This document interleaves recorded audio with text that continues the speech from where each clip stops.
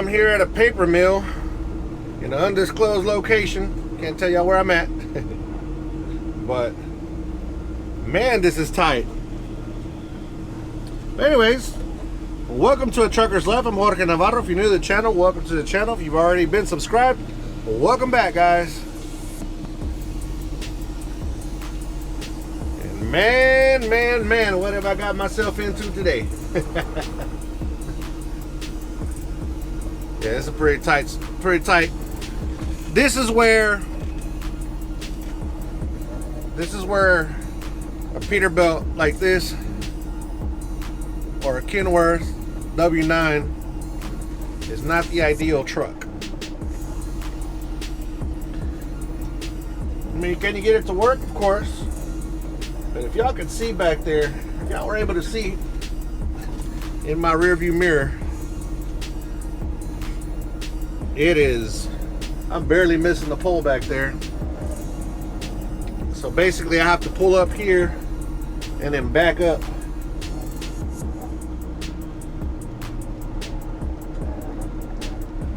So in order for me to be able to show you this video, I cannot tell you where I'm at. And if I have to probably blur out some things, I'm gonna have to, but this is ooh, man, careful, dude.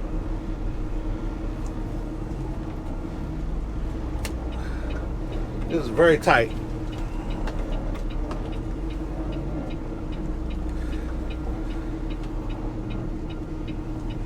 And this is where this illegal, well, they call it, some people call it suicide knob. This is where it's very useful. You know,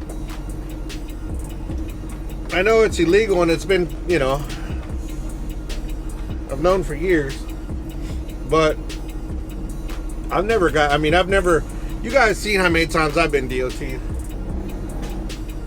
and I've never been in a situation where they've said anything about it, so I don't know. I don't know how illegal it, how bad they really enforce that one. They enforce a lot of other stuff, but I've never had them really enforce that too much. Going next to some steam here. Y'all see it here in a little bit. There it is. On the windshield there. Yeah, there's just perfectly enough room to handle, to be able to do these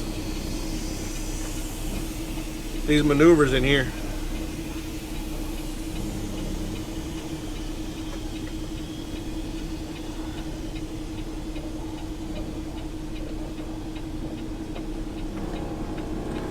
All right, and that's all she wrote there. I guess we're gonna get out. I don't know what they're gonna do, whether I unload it or they unload it, but let's go see what the process is gonna be here.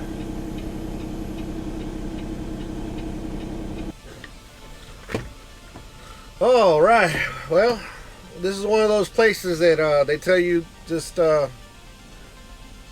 open up your dome lid, which is, for those of you who don't know, is the top of the trailer. It's got a hatch. You open that up so the trailer will breathe, and then they have their own pump and everything, and they tell you to stay in your truck. So this thing about tankers, a lot of it, I'm gonna say probably about 70% of the time it works out like this. It's either like this where you don't help the unload process really, or it's a drop and hook. You'll drop a trailer. It's a lot less on the drop and hook as far as on the unload side. On the load side, we do it a lot. My hair is nappy, huh? But yeah, on the load side, we do it a lot. We do a lot of drop and hook. We'll take it empty, pick up drop that off, and then pick up a load and put it in the wind. But here, like as far as the unload process though, it's like a 70-40, or maybe even 80% time that we don't do anything. Sometimes we don't do anything at all. We just back up and they say don't even get out of your truck. So It's just different processes, different companies. Uh, so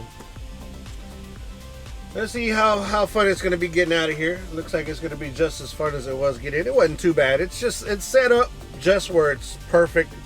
If you hit everything right like you're supposed to, pay attention. It's set up so you can perfectly do the maneuver. It just looks tight from the area, from the spot where I first started.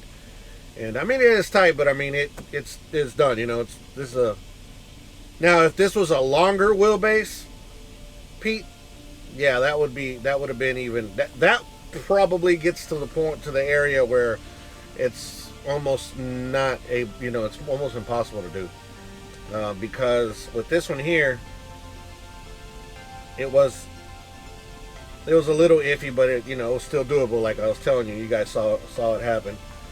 But a longer wheelbase truck, I don't think would get it done if it's like a Pete or a KW. Now Freightliners, I've seen some Freightliners like Cascadias, which is rare. I've seen some that have a longer wheelbase. They might still be able to get it because the way their wheels are set up so close to the front. I don't know, but yeah, a long wheelbase truck would have a lot more problems in here. That's for sure. And that's like this company here. 170. I mean, 272. I think is the max that they allow on the wheelbase. And I think this truck is right there, like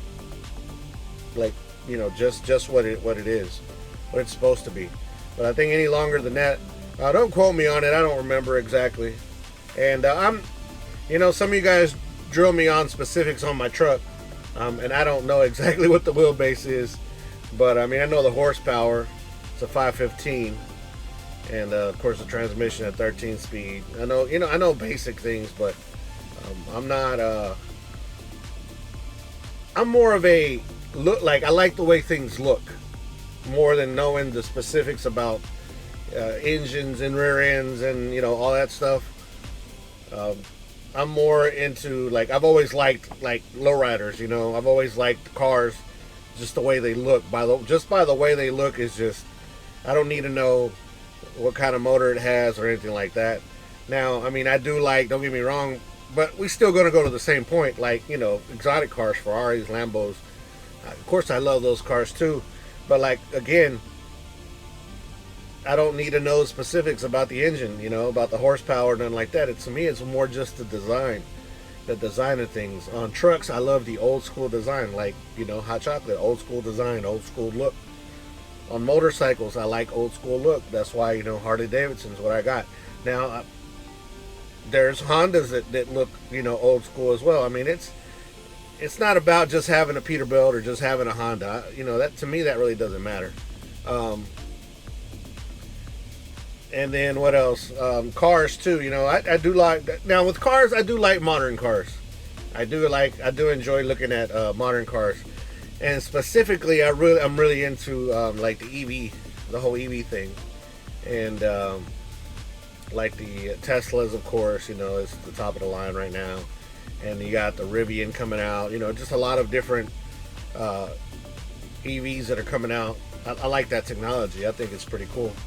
My friend and I, Kevin, were talking about yesterday, because how I posted a picture of, like the future of trucks and, the trucks now, and which one would you pick? And of course, most of the comments were you would definitely pick a classic truck over the electronic trucks. But I don't know, I'm open to change. But then we started talking, like, wouldn't it be amazing if like Peterbilt or Kenworth would come out with a steel design? Like, I mean, let's say they took this truck right here and put electric motors and batteries and all that stuff, got rid of the diesel engine. How cool would that look? Wouldn't sound good, but it would look pretty cool. And I think it would be pretty awesome. But of course, you you bring aerodynamics into it. You know, battery technology is not that great yet. So this truck's not aerodynamic. You know, a big KW is not aerodynamic. A classic, you know, Freightliner is not aerodynamic. Internationals, you know, et cetera, et cetera. They're not aerodynamic, so they won't be as efficient as what it's trying to become. But it's going to happen, guys, whether we like it or not, eventually. Maybe not in our lifetime, but it's going to happen. You know, if the world continues to turn like it's been turning, you know, eventually it's going to happen. And these trucks are going to pretty much be obsolete. They're going to just go through to electric. And I think right now with what's going on in the world, that the world is kind of opening their eyes to maybe we don't want to be so codependent with fuels, with fossil fuels. Maybe we want to be more into, you know, the EV, the electric platform, using more solar, you know, and maybe the oil companies are going to realize that and then turn all their focus into that too. I mean, it's all about the mighty dollar, right, at the end of the day. And if they figure out a way to make more money or make money, they're going to figure it out. They got the money to do it. So I just think that fossil fuels are eventually going to get more phased out. Maybe not in our lifetime or our kids' lifetime, but eventually I think that it's all going to go away as far as fossil fuels. Now, we can sit here and argue with electric motors, you know, to make the batteries. It's bad for the environment, yada yada yada. But which is correct. It is bad for the environment as well, just not as bad as the combustible engines. There's a YouTube channel called Donut Media, and they just did a comparison. And these guys, Donut Media I think it's Donut Media. It is it's a car channel. It's about cars. They love combustible engines. They love, you know, they love all the basics of cars. You know, they love that. And I saw it as a non-biased comparison between the two, because they, you know, they're not an EV company, or EV lovers really. But at the end of the day, once they did all their homework and they did a lot of research, the electric car uses way less. It damages the environment a whole lot less than a combustible engine. So go check them out. If you don't, you know, whatever I say, take it with a grain of salt. I am not scientifically, you know, I don't know. I'm not a scientist, and I just watch a lot of stuff, right? And but them guys there, check them out. Check that video out. I think it's Donut Media, and it's the comparison between EVs and combustible engines. And I think it's pretty interesting. But I think personally that eventually we're gonna get rid of the gas and the diesel, or at least regular gasoline and regular diesel. We might get into more renewable type, or more not renewable, but cleaner fuels, you know, more like the LNG. Because, I mean, you guys seen them out there. They're all over the place. LNG, CNG trucks, they are a lot cleaner than what we're burning. I worked, as a matter of fact, my first tanker job, what got me into tankers, was a company called Green Energy out of Fairfield, Texas. And they're out of business. They went out of business now, but we used to haul salt water for the oil wells.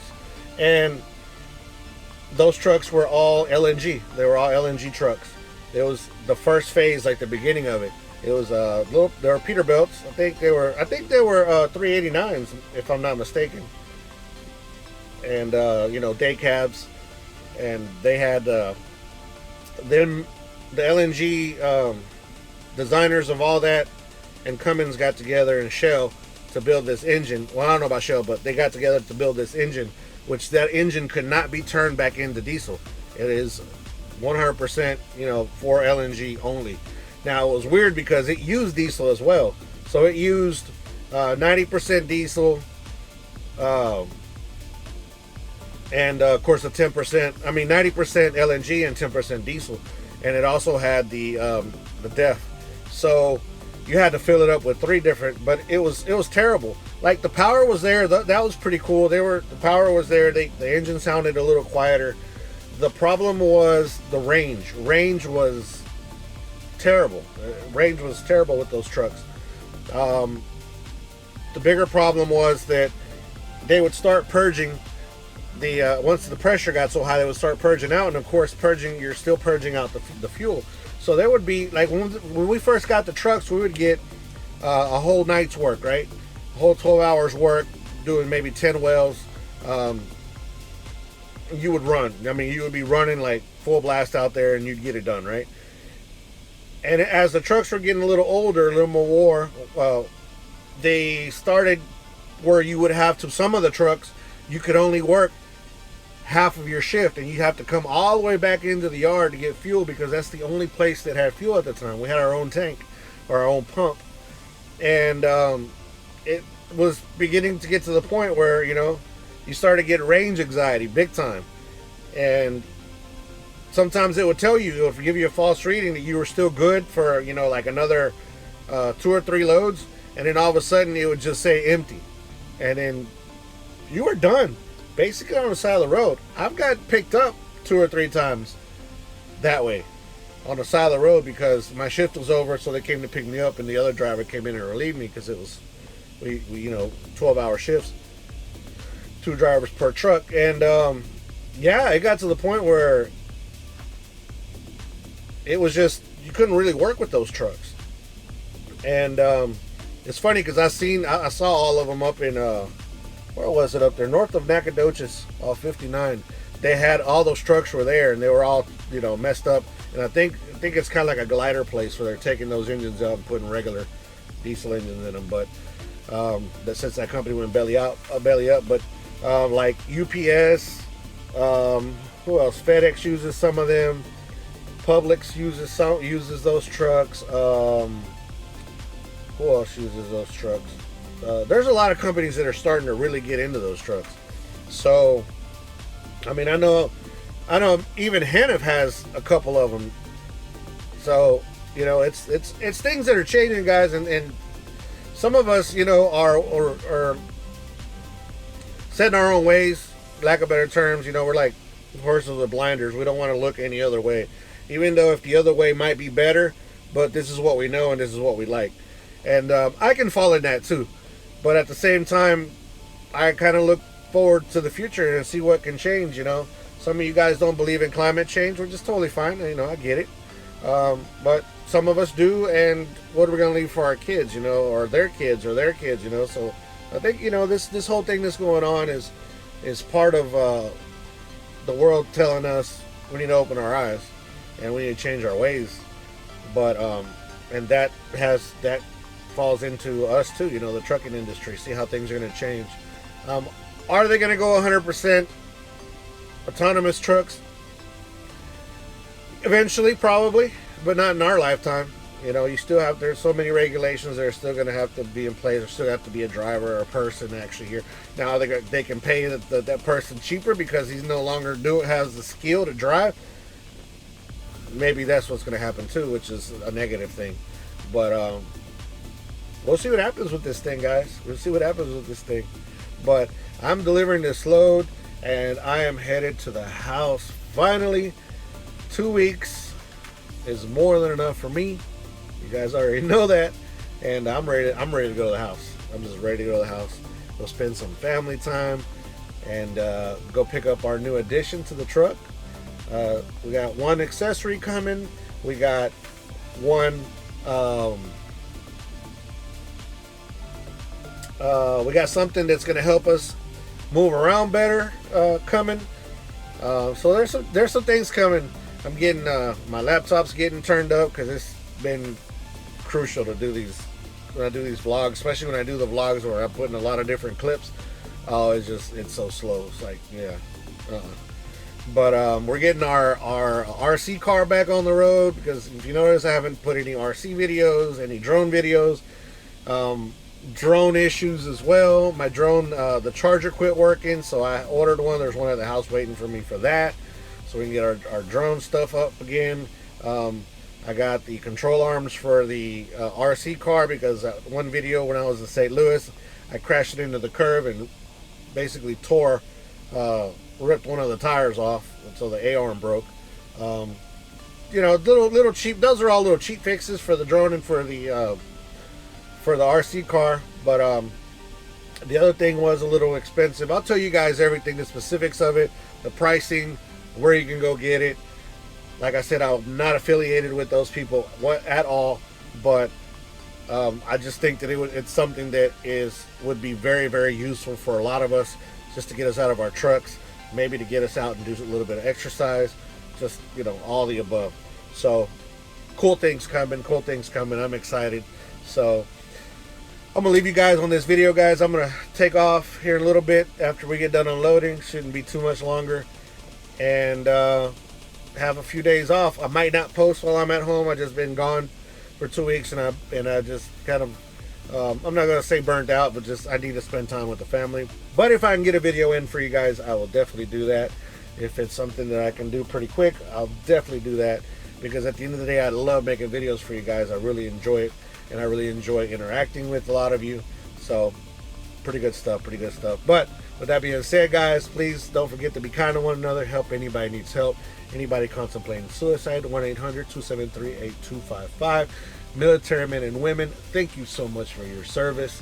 I really, really appreciate what you have done for this country and for my family. Guys, I know a lot of you guys, some of you, not a lot, but I mean, some of you guys have thought about committing, you know, suicide.